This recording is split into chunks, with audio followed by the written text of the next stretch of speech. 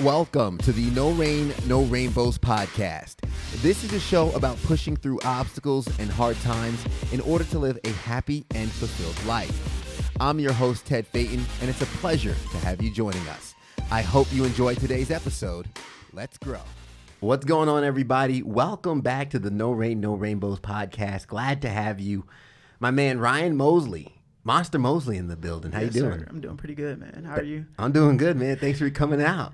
Hey, this is crazy. This is so fun. Yeah. I'm already having fun. Yeah, we're going to have a good time today. And for the listeners who haven't been introduced to you yet, who haven't met you yet, why not introduce yourself? My name is Ryan Mosley. I am a 25? Yeah, 25. I'm about to turn 26. Wow. In next week, December 3rd. 26 years old, out of Atlanta, Georgia. Just moved here 6 months ago. Yeah. To Greenville 6 months ago.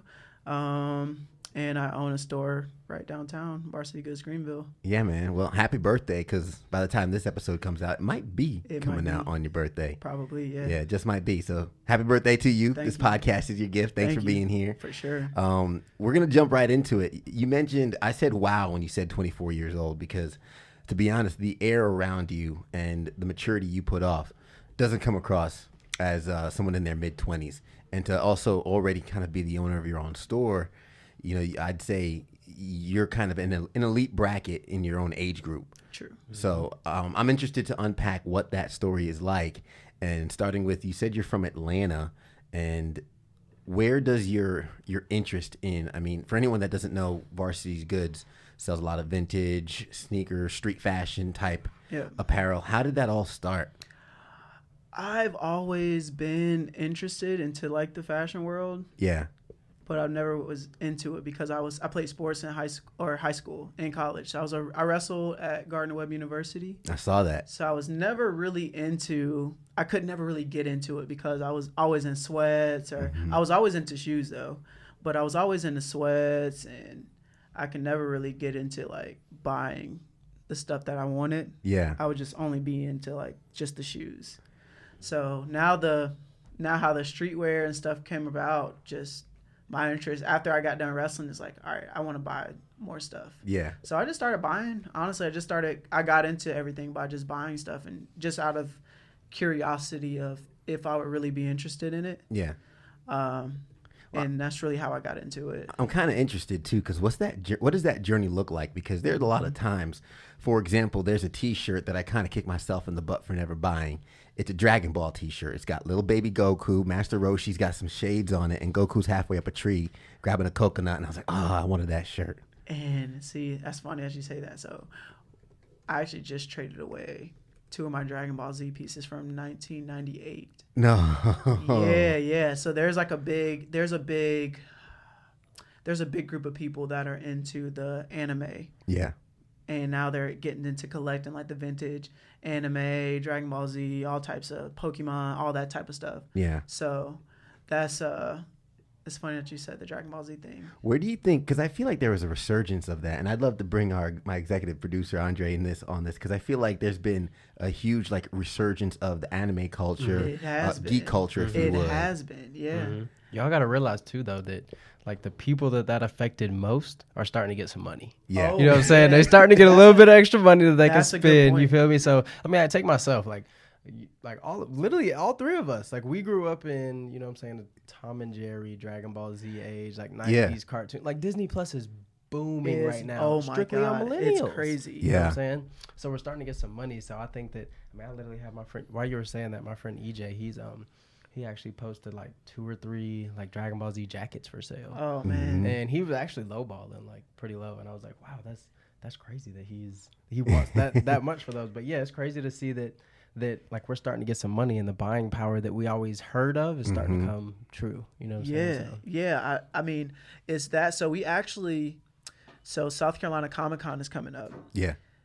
And one of our customers brought it to our attention that it may be in our best interest to maybe vendor at the Comic-Con, because he comes in, he buys a bunch of Ghostbusters stuff, well, not a bunch. Whenever we get a vintage Ghostbusters piece in it, he buys it. Yeah. So he was saying that because we have a bunch of cartoon, Looney Tune, like Dragon Ball Z, all types of that kind of stuff too. And he was like, hey, you guys may be interested in like setting up a booth. And I was like, you know, you're probably right. Yeah. You know, that's like the first time, because I really don't like vending at places because it like stretches me out as a business owner. Yeah. And I'm like, whenever we're working, I work for our 5 or 6 days a week. And then that one day or a few hours that I'm not doing anything, I don't like doing anything. Yeah. So about the vending, I was like, you know, that might be actually pretty fun because I can be immersed in that culture and just learn more about the anime side and more about the cartoons and everything that people are actually interested in and who will actually spend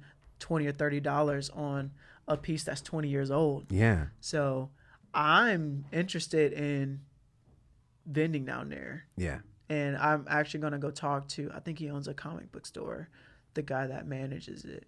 So I'm actually going to go talk to him about that because I think that's something I would be interested in. Yeah. Because that's your clientele, right? These are the people It could who, be, you know, because right now I'm catering to a lot of just like fashionista people, you know, urban people. So I'm not really thinking about the people that are into that anime cartoon stuff, and they might be, because we have a lot of it. Yeah. So that might be just a market that we haven't tapped into yet. Letting them know that, hey, you offer this as well. And to even be fair to some of the clientele that you already have, they probably have interest into that also. Yeah. Talk a little bit about, I want to talk about the shoe game, man. All right, let's get into it. I want to talk about the shoe game. I want to start building a shoe collection. What do I start with? Let's see. I think basic Jordans is the first step you should take, even though it's a pretty good investment first, because most Jordans range from like, I think they're starting at like 170 now. Wow. Yeah. I already know like it's a lot of pressure when it comes to like buying your first pair of Jordans. Some dude actually just came in and bought his dad a pair of Yeezys, and he spent like $260. Wow. And it was his first pair because it's just honestly a different experience from when you're paying that much money for a pair of sneakers. Because even though sneakers are really big, it's also very small. It's a very niche thing to buy, you know, pay that much for sneakers. I was going to ask you, because I'm sure there's a lot of listeners out here who fashion, street fashion, urban fashion might not be their thing. They can't fathom spending more than $50 on a pair of sneakers. Exactly. How do you justify that? How do you explain that to those who might not be the clientele? Okay, so whenever we have customers come in and they ask us like, why is this worth this much? Our biggest response is, hey, you can't get this shoe anywhere else other than online markets where you can pretty much buy anything. To have a physical store to just come in and actually look at the product in hand and buy it for a comparable price to what you would pay on the internet is kind of like our leverage point. And also, let me see. Also, I tell people to look at it as an investment. Yeah. So when it comes to wearing shoes or buying a pair of Jordans or buying a pair of Yeezys or this high dollar Nikes, it's an investment. So I have shoes that are $500 and $600 in my own collection, and I look at the money, I look at the value of it. I still wear them, I still love them. I'm probably not going to get rid of them anytime soon just because I don't have that much into them, but I know the value of some of the shoes that I have went up. Yeah. You know, 2 and 3 times more than what I bought them for 3 years ago. Yeah. So the fact that I may have purchased a shoe for $100 and it may be worth $300 now, it's almost like stocks. Exactly. It's almost like stocks. Like, and it might be worth $300 now. Is like, that's my leverage point of understanding like why I'm into this and why I will purchase something that is maybe $200 just because I know down the road it may be worth $400. That's an interesting point you brought up about it being almost like stocks, because the same people that would look at you sideways for spending $200 on a pair of sneakers probably will buy themselves a brand new Honda Civic. True. And the value of that depreciates the moment they leave the lot, where what you're buying for a lot smaller of a ticket item actually appreciates, and doesn't just appreciate. You're talking about, when you say doubles in value or triples in value, that's the kind of return you don't get in the stock market. Exactly. And the entry to it is a lot easier than stock market. I know Forbes came out with a article about sneaker reselling, and the huge market is it's not really tapped into these. There's no really big investors in it. Yeah. So I think when the big investors come to the sneaker market, it's going to be big. It's going to be really big. You think it's going to be good or bad though? It's going to be, it could be bad because it could be like, because the housing market is just like a very rough space for a lot of people as far as going somewhere and buying a house. That that process is not the same as going to the store and buying a t-shirt. Yeah. It's two different processes. So hopefully it doesn't become like that complicated later on when some of these big investors get involved.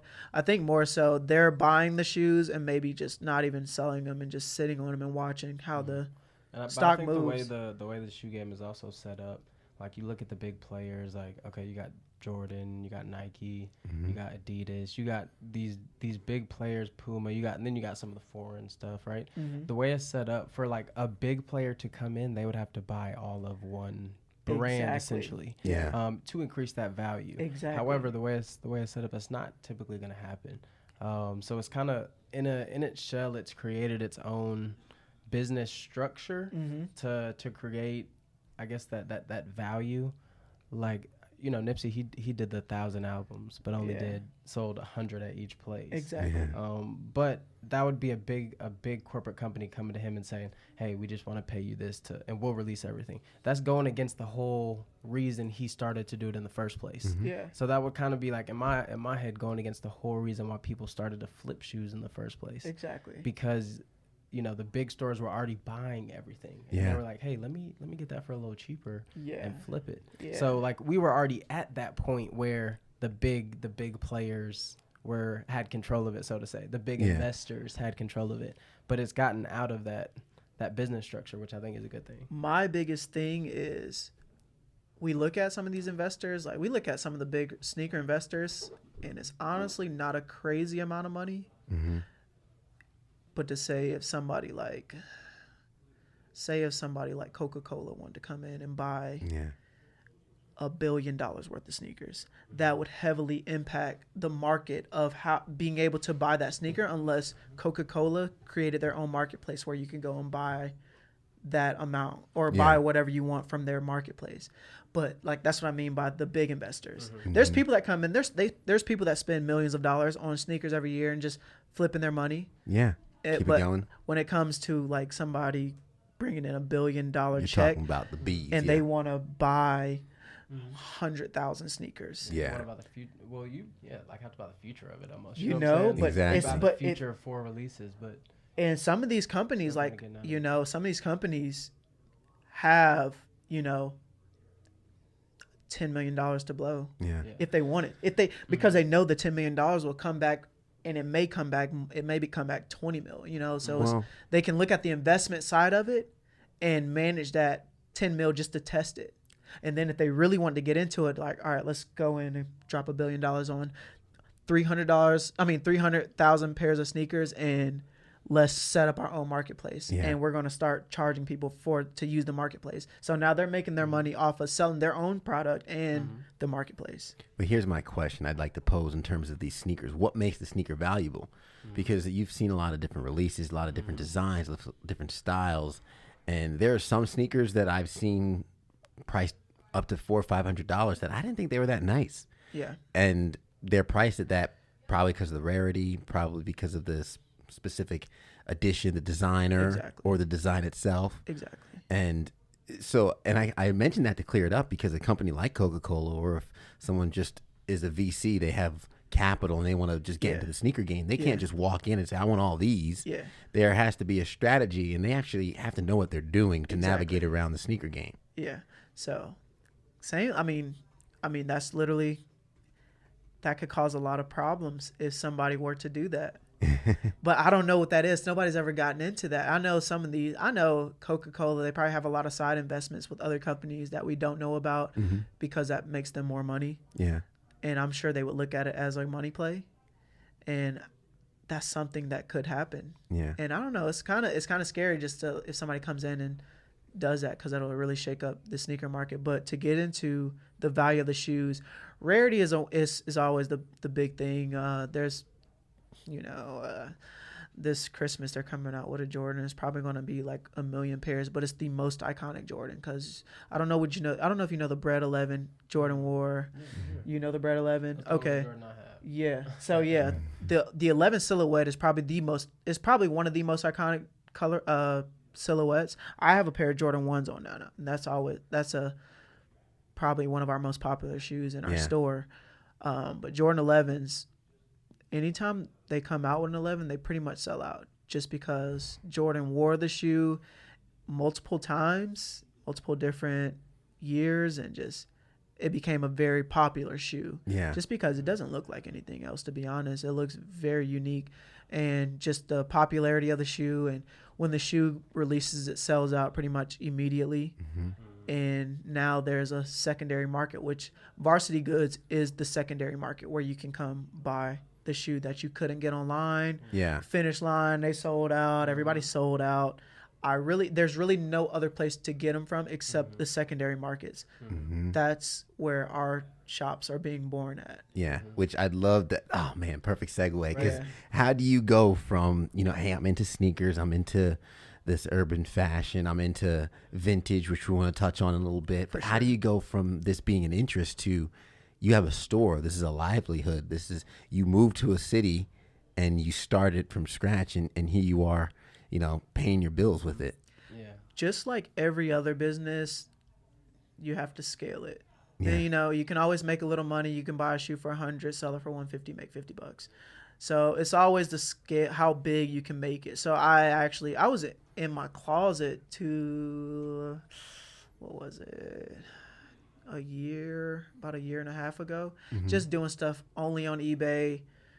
I had my own personal Instagram page, and just pretty much I think I was just touching on and see if it would really work if I wanted to go full time and scale what I had in my closet. But it did get hectic in my closet because when I really got into vintage, I had a lot of pieces, and on our eBay, I probably had close to 1,200 listings that I was managing out of a closet because they were all tucked in bins and labeled and trying to be neat with everything. It kind of got frustrating, which is why I opened the store. But that was like the biggest thing as far as me getting into selling. Yeah. And I was selling a lot on eBay, just because I knew people liked the stuff, especially like shoes or clothes. People were liking a lot of the stuff, so I'm like, I wonder if this will work in Greenville, because they didn't have anything. So I was like, I don't know, maybe that might be a reason Greenville doesn't have anything, because Greenville's not a small city. Yeah.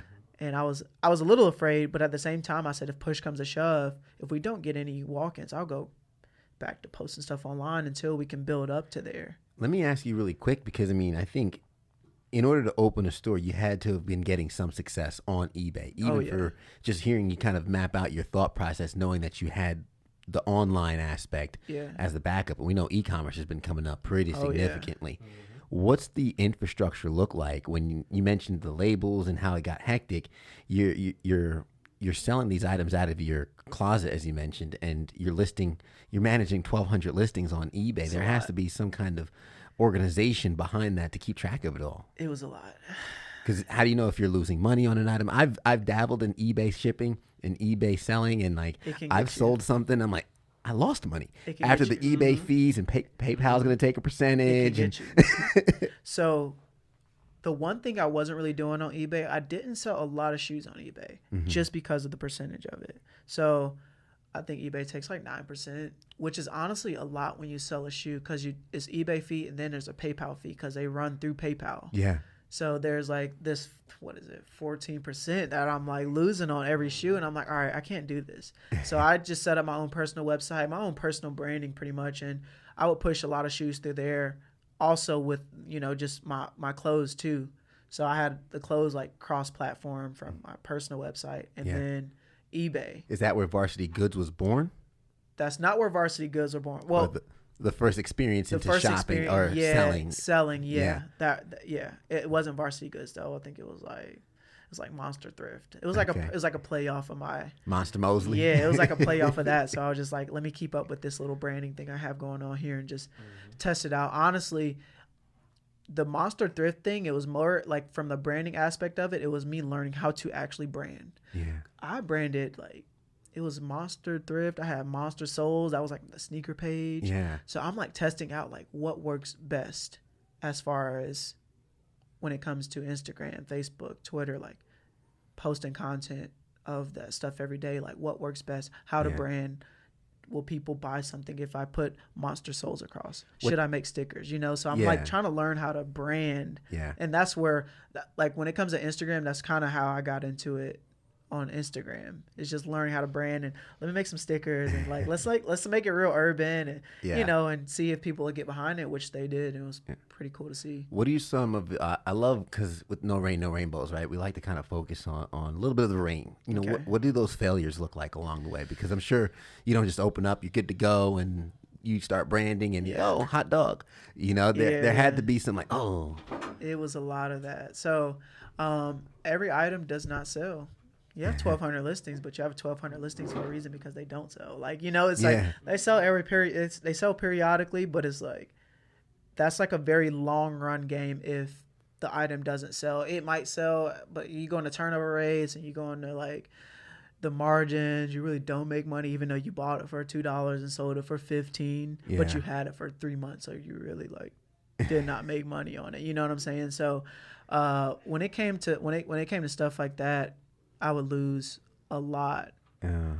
I still have clothes that I picked 3 and 4 years ago that have not sold, and they don't sell. Some of it just don't. It won't sell. So there's a lot of losses that I take. There are small losses. I'm sure the big wins make up for the small losses, but there's a lot of losses when it comes to buying something that you think may sell and it doesn't sell. How do you keep getting up to the plate and swinging that bat again, going through those losses? When you see those wins, some of those wins are big. You know, you might buy something at a yard sale for $2 and sell it for like $200, and you're like, oh, I can't believe I just sold that. It's like, you know, it's honestly, some of that stuff is pretty crazy, and that kept me motivated. Some people like, they don't get motivated. They might buy like a, you know, just an old sports tee if they just got into thrifting, or like a Patagonia shirt that they found and they try to sell it and it doesn't sell, and they probably lower the price, or somebody offered on eBay for half of what they wanted and they sold it, even though they thought they made money. They probably didn't make a lot. But yeah, that was those big wins make up for those losses, and it kind of kept me motivated throughout the years. And then it just, when you get more stuff, you kind of find more high dollar things, and the stuff that you didn't think that were high dollar, you kind of know what to look for, as far as like when you're out picking and at yard sales and on Facebook, and just looking for just small little rabbit holes you can crawl down and see what somebody has, and they sell it to you. I gotta ask, what is your biggest win, or what piece do you think you were like, what sticks? Or maybe when you're most proud of. It might have been, honestly, it might have been recently.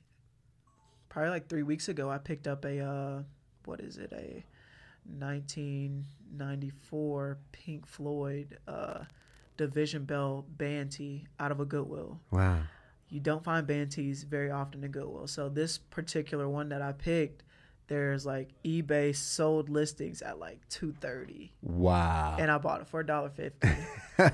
But I just traded it away last week. I traded for a really cool 1995 Aliens tee. Okay. So I traded it away last week. So I didn't get to sell it.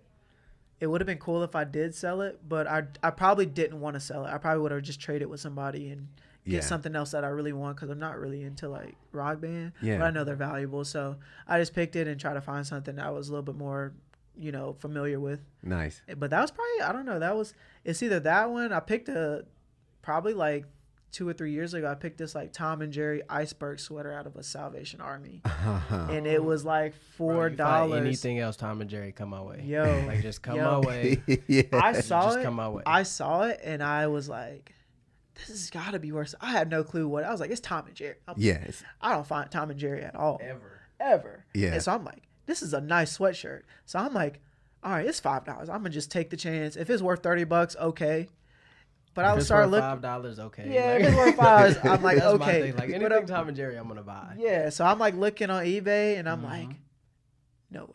These shit is like sold listings at like 200, like 220, and I'm like, no way. Everybody loves Tom and Jerry. But you know the thing about that one is when it comes to flipping an item like that, you sit on it for a while. Yeah. I think I had it for like 4 or 5 months before it sold. Okay. So I had it for a good minute, but I was not in a rush to sell it only because I only had $475 into it. You're waiting for the right fish to come bite the hook. And that's something, when it sells, it keeps you motivated. Yeah. Like, so that one big win will make up for the 3 or 4 losses out of those shirts that you think may sell, they don't sell. So you're just like, all right, I'm still back motivated because I might find that sweatshirt again someday. Yeah. I haven't found it, but it's cool. I don't know. Hopefully I come up on it again. Yeah.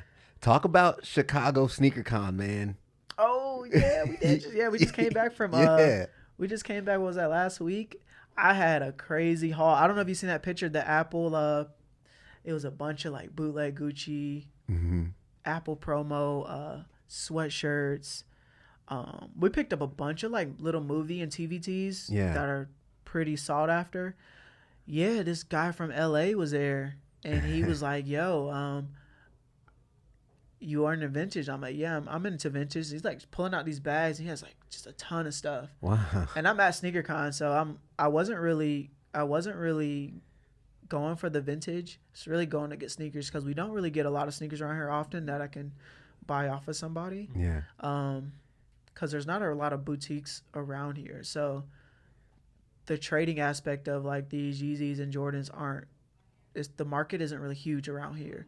So I was going there for sneakers, but this dude started pulling out bags and he's like telling me these prices, and I'm like, are you serious? Yeah. I was like, selling me some of this stuff for just like pennies on the dollar. And he's like, yeah, bro, like honestly in LA, because LA thrift culture is it's way different from here in the South. Like it's would you say they're kind of like on the forefront in the States? Yeah, it's that, and maybe like Thailand. Yeah. There's some people I follow in Thailand, and the culture there is insane. Yeah. I think I want to, like, my honeymoon. Yeah.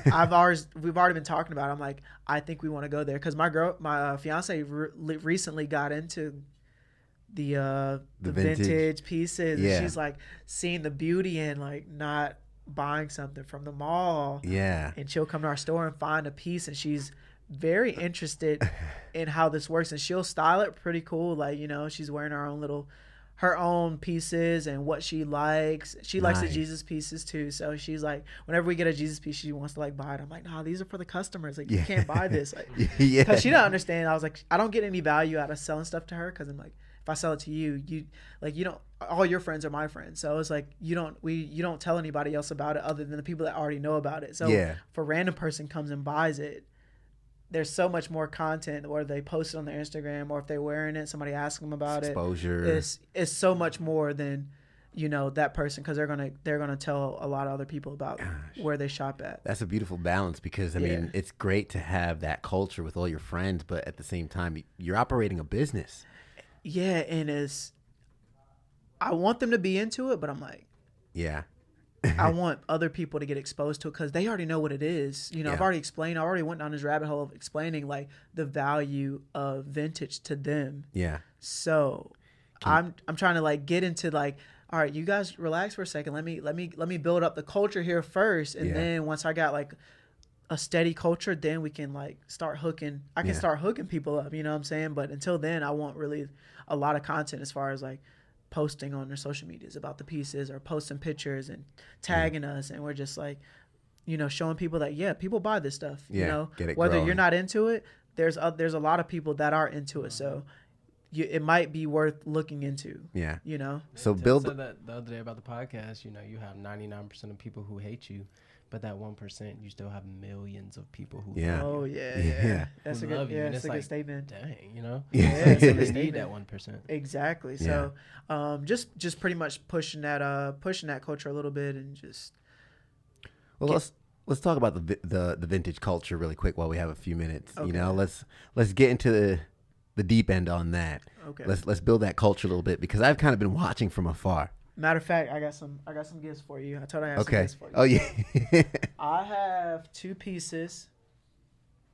Okay, so Here we go. Because Ted does the news. Yeah. He's not a what's the weatherman? Meteorologist. Meteorologist. Not a meteorologist, but it's something that he. Let me pull that tag off. That was back in the day. Yeah. Were you're a meteorologist? I was. Really? Okay. Well, it'll work out then. So, the first piece that I have is these are very hard to come about. Is a 1989 Hurricane Hugo. What? Survivor piece. Yo. What? So, okay. I was like, he'll probably be interested in. So this is the first one. I'll let you hold it. So that's got to be like 30 years old at least. Yes, it's 1989. Here's the date at the bottom. Yeah. September 22nd, 1989. So that's the first one. I'll let you see that one. I'll let you hold on to it. I love that piece so much, man. I like the cracking on it. Yeah. It almost looked like it was made to be like that, but it's not. Okay. You know, so it was that's probably the like wear a and really tear. nice print on it. Yeah, exactly, from it being so old. So I have that one, and then I also have this one. So I actually have a pretty solid collection of the 96 Olympics pieces. Really? Because I'm from Atlanta, so I'm pretty like invested into the Olympic stuff just because I have Centennial Park downtown, which I've been to a million times. So just digging these pieces back up and deep diving into the overall the items that were coming out back then and just trying to find all the cool looking ones and just find real nice 96 pieces. So yeah, I just wanted to gift that one to you just because I don't know. Oh, it's man. the Olympics. Everybody likes the Olympics. Everybody you know? loves So, the Olympics. There's a cool little starter kit for your vintage collection. Whether you wear it around the house or gift it to somebody else, it's whatever. So I figure you would find some light in those pieces. Yeah. Well, I love the hurricane. Well, we had another hurricane survivor piece. Yeah. We sold it because it was worth a good amount of money. But yeah, I had that piece. I actually been sitting on that for a while. So I was like, you know what, that might tie in well with his overall like aspect of him on the TV every day talking about everything. So man, thank you. Yeah, for sure. I'll tell you what, it's almost like the clothing has history to it. There's more of a meaning behind it, and there's more of a story behind the clothing. It does. And that's a great thing to have a piece of when most people, I mean, I'll be honest, before I came here, I opened up my closet and I was like, okay, which color, what do I want to wear? And there's no personal connection to it. Exactly. And I think this kind of, a lot of people would say fashion and style, it's a way of expressing yourself. Yeah. And I think with the vintage pieces, when you have some of the historic pieces, things that, I mean, not only did I have a background as a meteorologist and now being in the news, Hurricane Hugo, we cover it every single year.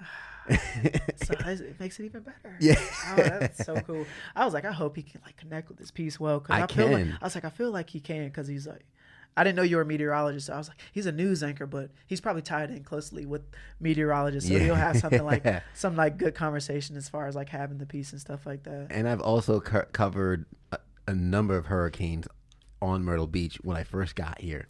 I'd cover hurricanes on Myrtle Beach. Now, would I wear these? Because I'm imagining wearing them with some maybe like bleached blue jeans. Yeah. Maybe some Jordan 1s. Yeah, for sure. I mean, honestly, the piece it speaks for itself. You honestly don't even have to match well with it. Like, it's just like the shirt is what I want you to see. So yeah, I don't know that. I mean, however you style it, I don't care. However you style it. People find their own light. Yeah. And whatever piece they have, but and if you don't mind, I'd love to forward gift this piece to the executive producer Andre Settles, the Olympics piece, because he's from Atlanta. Easy. And I know this would have some sentimental value. Oh yes, I'm over here getting BTS, but I'm like, perfect. I'm over here like jumping up and down. Like, you got an Olympic shirt. Yes, perfect. Yeah, I'm waiting on them to come back. Exactly. Like, yeah, I wasn't old enough to get one then. No, man. And there's so many. There's so many different styles and colors. Yeah. And, I mean, it's just cool. Like, I mean, I have like probably 7 solid pieces that I don't see very often. I see these. it's like I say I see it often, but like you don't see them often. You know, it's still a 20-year-old T-shirt. You know, so it's not, you don't get to like, see it. The whole, I've just been like sitting back thinking, but the whole like concept of vintage, it brings us back to simpler times. Oh yeah. Where like everything that we get that is vintage has a story with it. Yeah. And that story is typically sometime where it was the rainbow of our kind of younger childhood. Like there wasn't really much stuff for us to worry about. And it brings you back and kind of like calms you, unplugs you a little bit. It's funny you said that, because I think that's what I loved so much about the Master Roshi Baby Goku hat. He's up there grabbing a pineapple. It resonated with me because as a kid I would watch Dragon Ball and Dragon Ball Z, and there was no worries in the world, and that T-shirt just brought me back to a place of comfort and joy and happiness. And that's just the experience. Like when somebody comes into our shop and they don't necessarily understand the vintage, and I'm like, hey, what do you like? Yeah. I was close to sending you a message. I'm like, you have any like favorite sports teams, or do you have like a favorite TV show? Or there's so many different things that we can deep dive into. Yeah. And so the first thing is just to find what you like, or what would be like complementary to your style. You know what I'm saying? So me, I like the Atlanta Olympics pieces. I like the vintage Jesus tees. So that's literally what I'm looking for to buy for myself, you know, unless it's not my size, and then it'll get passed down through my shop. But I'm still like, you know, I always tell people, if you're trying to find more in life, start collecting something. It's a hobby. You know, it's something to do. It's something that you can constantly be doing. Yeah. Whether you want to deep dive and spend $200 on shoes or $200 on a T-shirt, because I've seen people do it, and it's just that's what they like. And you know, they may like we got the Jackass movie tee, like Johnny Knoxville Jackass movie tee. So a lot of people, when I posted it, they're like, "Oh no way! Like that's a crazy movie. Like Johnny Knoxville and Steve-O, they're all crazy." Yeah, and they just connect it with the piece, whether they buy it or not. You know, this is an expensive T-shirt. It's $80. Yeah, that's not cheap for a T-shirt. You can go buy a T-shirt for $10 anywhere else, but they don't make those anymore. Will they connect with that piece? You know, will they connect with that $10 T-shirt, or is it just going to become trash in a month? You're never going to throw that $80 T-shirt away that you bought because you know the value of it. Yeah, you know, so that's what I'm trying to get people to understand. Like, hey, you can go buy a shirt from PacSun, fine. Is that shirt going to have any value 10 years from now? 99% of the time, no, it won't. So when it comes to, like I said, everything that you buy out of our store is an investment. So whether you sell it or whether you keep it, it's going to be worth whatever you bought it for. For 99% of the time, it's going to be worth what you bought it for. Nice. So that's just the overall like experience I want people to understand whenever they come in and shop and find something like very cool. Yeah. And that's something that's like trying to get them to connect with something, because they're like, I don't understand the vintage. And I'm like, you got to know what you like. Yeah. What do you connect well with? Do you want to go back to your childhood, or do you like the Steelers? Yeah. Do you like the Braves? We have little sorts of everything. Or you like Looney Tunes or cartoon stuff or Space Jam. And I'll say right now, if you ever get your hands on a teal and orange reversible late 90s starter jacket, Miami Dolphins, you call me. Yes. And we have some like starter, we have like some big puffer starter jackets, you know, the old, like we have like Charlotte Hornets, we got Chicago Bulls, like all these I have pictures when I was like 7-8 years old in these jackets. So it's so cool that this aspect of fashion is starting to get a rebirth, and people are really investing that amount of money into some of these pieces, because I see it all the time. You know, I'm a thrifter at heart, so I don't pay a lot of money if I don't find it. I'm like, hey, it's just not meant to be. Yeah. But there are some items I have dropped a good amount of money on. Like I would say, like the most I've ever spent on a personal piece is $100. That's a lot of money for most people, especially for a T-shirt. Yeah. So when it comes to, I see some people coming in all the time and they're just looking on our wall and they're like, yeah, I want that piece and it's $200. And I'm just like, you sure? And they're like, yeah, I like it. And I'm like, all right, this is a done deal. You know what I'm saying? And it's at the end of the day, I'm just like, dang, that's people really connected like that. It's kind of cool to see that they really have that deep of a passion for that one thing. Yeah. To where they would spend $200 on a t-shirt.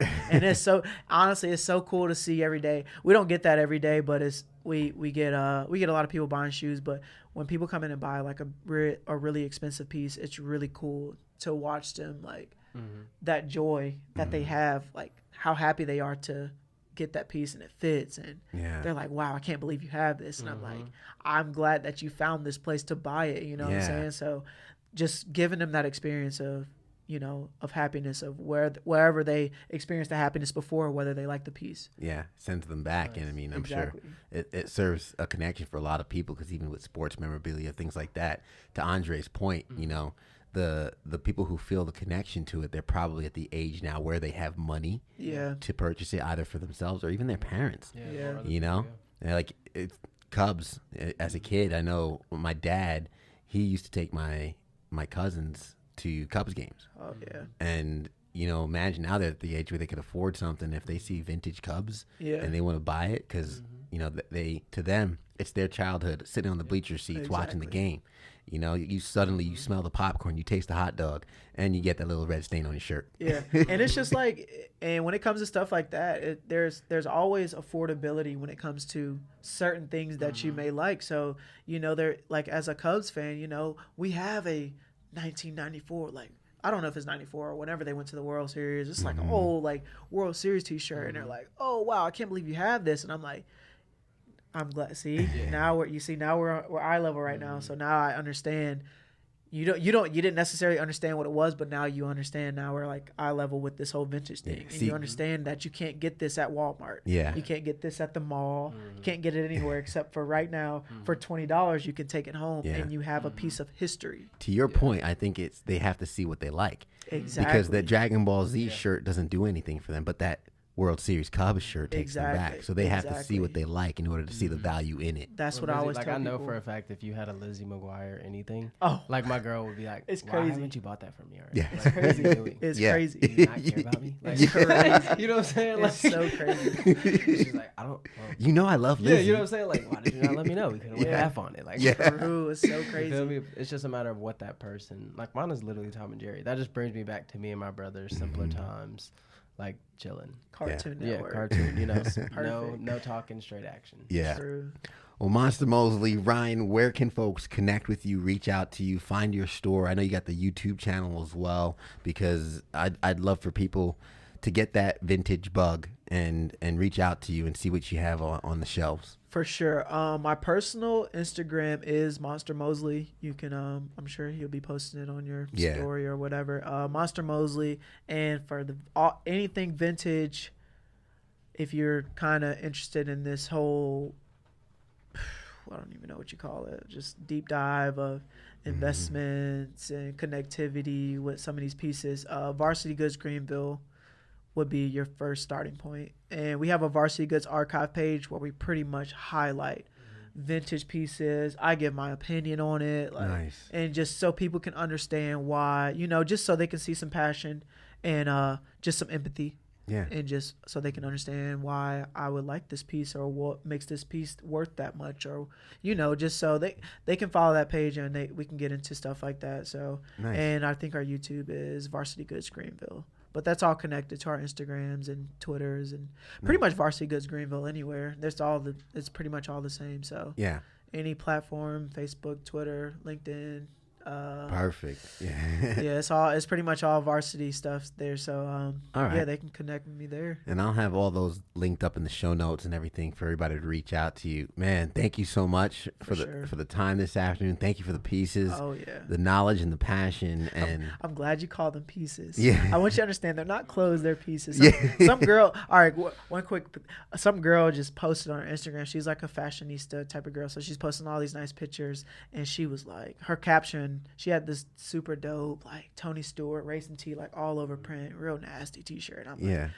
and she was like, yeah, I don't cop clothes, I cop pieces. And I'm like, Nice. that's so hard. So I'm like, Yeah. I want people to understand that these are individual pieces. They're not just regular clothes. They're you know, there's history behind a lot of these pieces, and you know, Yeah. It says something. Get into it, learn about it, you know. I'm learn excited. about it. Yeah. Yeah. Well, man, thank you. And to the listeners, thank you for rocking with us through this episode. I think one of the biggest things you hit on is taking that passion and scaling it and turning it into the business. I think I could tell you're very hyper aware of not just your passion, but you're aware of where the passion stops and the business begins, which is huge for anybody listening to kind of know the difference between the two. And as we always say at the end of the episode, everybody wants the sunshine, but they don't want the rain. But you can't get the pleasure without a little pain. That's true. Let's go. The No Rain, No Rainbows podcast is recorded at Camaraderie, a collective workspace in Greenville, South Carolina, right off the Swamp Rabbit Trail. If you're looking for a place to grow your business, network with other professionals, and establish your own workspace, Camaraderie is the place to do so.